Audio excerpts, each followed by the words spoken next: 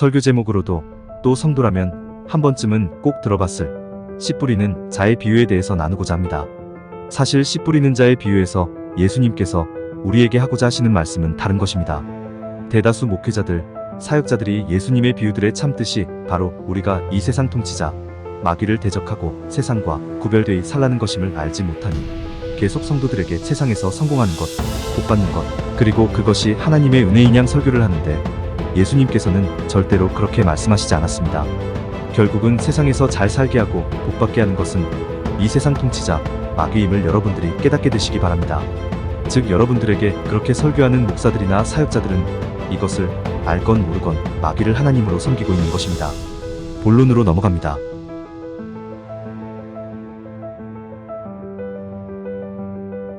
씨 뿌리는 자의 비유에서 알 수 있는 숨겨진 보화. 먼저 본문을 보겠습니다. 개역 한글 누가복음 8장 9절에서 15절. 제자들이 이 비유의 뜻을 물으니 이르시되 하나님 나라의 비밀을 아는 것이 너희에게는 허락되었으나 다른 사람에게는 비유로 하나니 이는 그들로 보아도 보지 못하고 들어도 깨닫지 못하게 하려 함이라. 이 비유는 이러하니라. 씨는 하나님의 말씀이요 길가에 있다는 것은 말씀을 들은 자니 이에 마귀가 가서 그들이 믿어 구원을 얻지 못하게 하려고 말씀을 그 마음에서 빼앗는 것이요 바위 위에 있다는 것은 말씀을 들을 때에 기쁨으로 받으나 뿌리가 없어 잠깐 믿다가 시련을 당할 때에 배반하는 자. 가시떨기에 떨어졌다는 것은 말씀을 들은 자이나 지내는 중 이생의 염려와 재물과 향락의 기운이 막혀 온전히 결실하지 못하는 자요. 좋은 땅에 있다는 것은 착하고 좋은 마음으로 말씀을 듣고 지키어 인내로 결실하는 자니라. 먼저 비유는 네 가지의 땅에 대해서 이야기하는데 첫 번째가 길가에 떨어진 씨입니다. 길가에 떨어진 씨는 마귀가 와서 구원을 얻지 못하도록 그 마음에서 빼앗는 것이라고 말씀하셨죠. 이것은 여러분들의 기억을 마귀가 빼앗아가는 것을 의미합니다. 즉 길가에 있는 것처럼 마귀에게 방치된 땅은 구원을 얻기가 힘든 것입니다. 마귀가 언제라도 그 말씀을 훔쳐갈 수 있기 때문입니다. 두 번째 땅은 바위 위에 뿌려진 씨인데 말씀을 들을 때는 기쁨으로 듣지만 뿌리가 없으니 시험을 받을 때에 배반하는 자라고 말씀합니다. 이 뜻이 무엇일까요? 이 구절에서 주목해야 할 단어는 시험입니다. 시험은 누가 합니까? 네 마귀가 하죠. 여기서 시험은 미혹이라고 이야기할 수도 있을 것 같습니다. 즉 바위 위에 뿌려진 씨는 열매를 맺지 못하고 배반한다고 말씀합니다. 즉 미혹되어 마귀의 편, 세상의 편에 서게 되어 산다라고 말씀하는 것이죠. 많은 사람들이 성경에 나타난 하나님을 믿지 않고 하나님처럼 행세하는 마귀를 하나님으로 섬깁니다. 이것이 바위 위에 뿌려진 씨와 같은 사람입니다. 그들은 성경의 하나님이 아닌 미혹된 자가 전하는 하나님, 그리고 세상에 퍼지게 된 거짓 교리에 따른 하나님, 즉 마귀를 섬기고 있습니다. 제가 볼 때에 너무나도 많은 자들이 이렇게 자신이 하나님을 섬기고 있다라고 생각하고 구원받겠지 하고 삽니다. 세 번째 땅은 가시떨기에 떨어진 땅입니다. 세 번째와 네 번째 땅, 즉 가시떨기와 좋은 땅부터가 하나님을 믿는 사람들에 대한 비유입니다. 가시떨기에 떨어진 씨는 무엇 때문에 열매를 맺지 못합니까? 이생의 염려와 재리와 일락이라고 말합니다. 그래서 결실치 못한다라고 나오죠. 복음서에는 아름다운 열매를 맺지 못하는 나무마다 찍혀 불에 던져질 것이다 라고 말씀합니다. 즉 열매를 맺지 못하는 사람들은 역시 하나님의 나라에 들어갈 수 없다는 이야기죠. 즉 하나님의 뜻을 행하지 않는, 즉 열매가 없는 사람들은 천국에 들어갈 수 없습니다. 그렇다면 하나님의 뜻은 무엇입니까? 즉 성경에 나타난 하나님을 위해 사는 것입니다.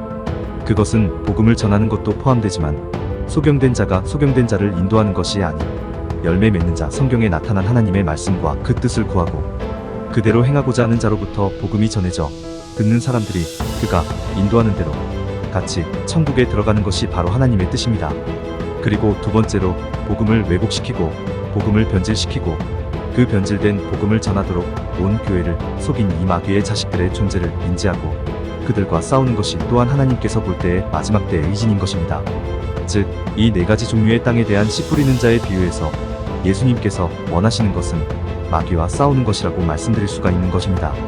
길가에 뿌려진 씨도 마귀가 믿음을 빼앗아간다고 하였고, 두 번째 바위 위에 떨어진 씨도 마귀가 시험을 주어 시험에 걸려 넘어져 배반하는 자라고 하였고, 세 번째 가시떨기에 떨어진 씨도 마귀가 주는 온갖 생각들, 즉 이생의 자랑과 염려, 재리와 일락 때문에 열매를 맺지 못한다고 비유는 말씀하고 있습니다.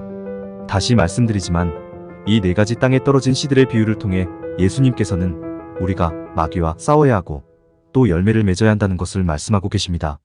예수님이 다시 오시는 이유가 무엇인지 아시나요? 바로 이 땅, 마귀가 차지하게 된 이 땅을 회복시키시려고 오는 것입니다. 그러므로 예수님이 다시 오심을 준비하는 일은 무엇이 되겠습니까? 당연히 이 마귀란 존재에 대해서 인지하고 이 마귀의 본래 정체에 대해서 알고 전하는 것이며 또 이들의 박해를 견디고 인내하고 그들과 싸우는 것임을 예수님께서 말씀하고 있는 것입니다.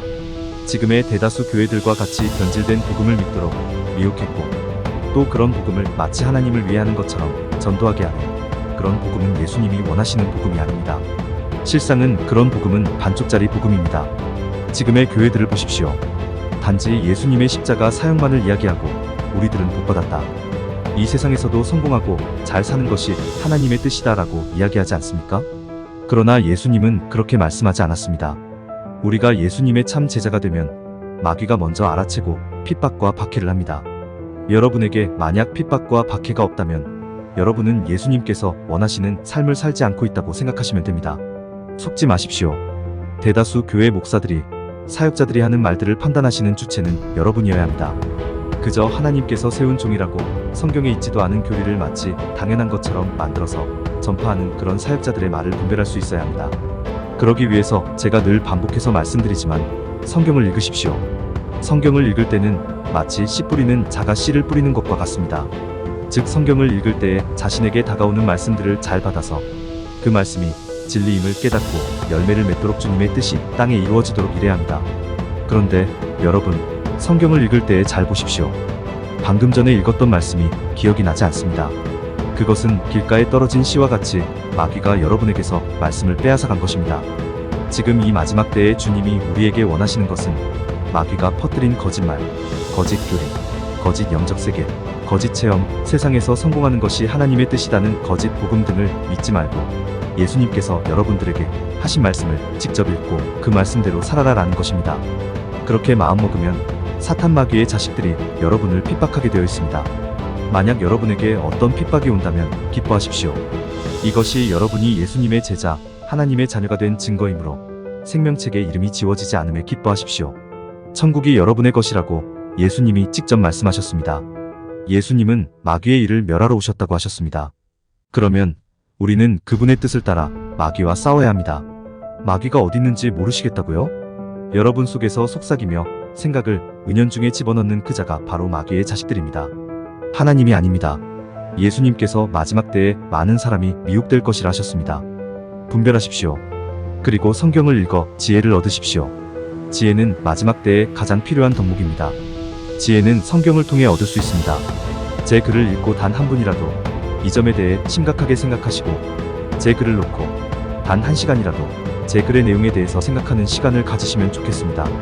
그 단 1시간의 올바른 생각이 여러분의 삶을 변화시키고 그 목표를 하나님께 두는 역사가 일어나게 합니다. 여러분의 삶을 돌아보십시오. 여러분을 바쁘게 만들고 이생의 염려, 즉 돈 벌 생각, 그리고 돈이 있는 사람들에게는 이생의 일락, 즉 쾌락에 빠져 자신을 돌아보는 시간이 단 1분 1초도 없다는 것을 저도 그렇게 살아봐서 압니다. 여러분의 삶을 돌아보고 다시 방향을 하나님께로 맞추어 가는 것은 말씀을 읽고 기도하는 것부터 시작됩니다. 나중에 예수님께서 오셨을 때에 여러분들을 모른다고 할 그 상황을 당하지 않도록, 즉 영원토록 후회하지 않도록 지금 이 시간 여러분의 삶을 돌아보시고 내가 지금 어디에 와 있으며 어떤 삶을 살고 내가 보내는 시간들이 지금 어떠한가 반드시 돌아보시기 바랍니다.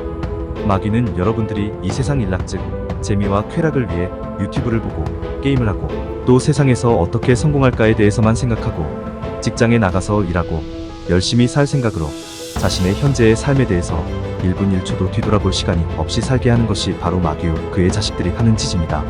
여러분, 진짜 천국에 가고 싶으십니까? 그러면 제가 위에 드린 말씀대로 단 한 번이라도 자신을 돌아보시기 바랍니다. 진리는 가까운 데에 있습니다. 다만 많은 사람들이 찾지 않을 뿐이죠. 그것이 바로 하루를 승리로 이끄는 시간들이 되고 여러분의 인생이 승리하는 길이고 그것이 바로 좁은 문으로 가는 길이며 천국을 침노하는 자의 시간이 될 것입니다. 마음이 가시는 분들은 구독, 좋아요 부탁드립니다. 감사합니다.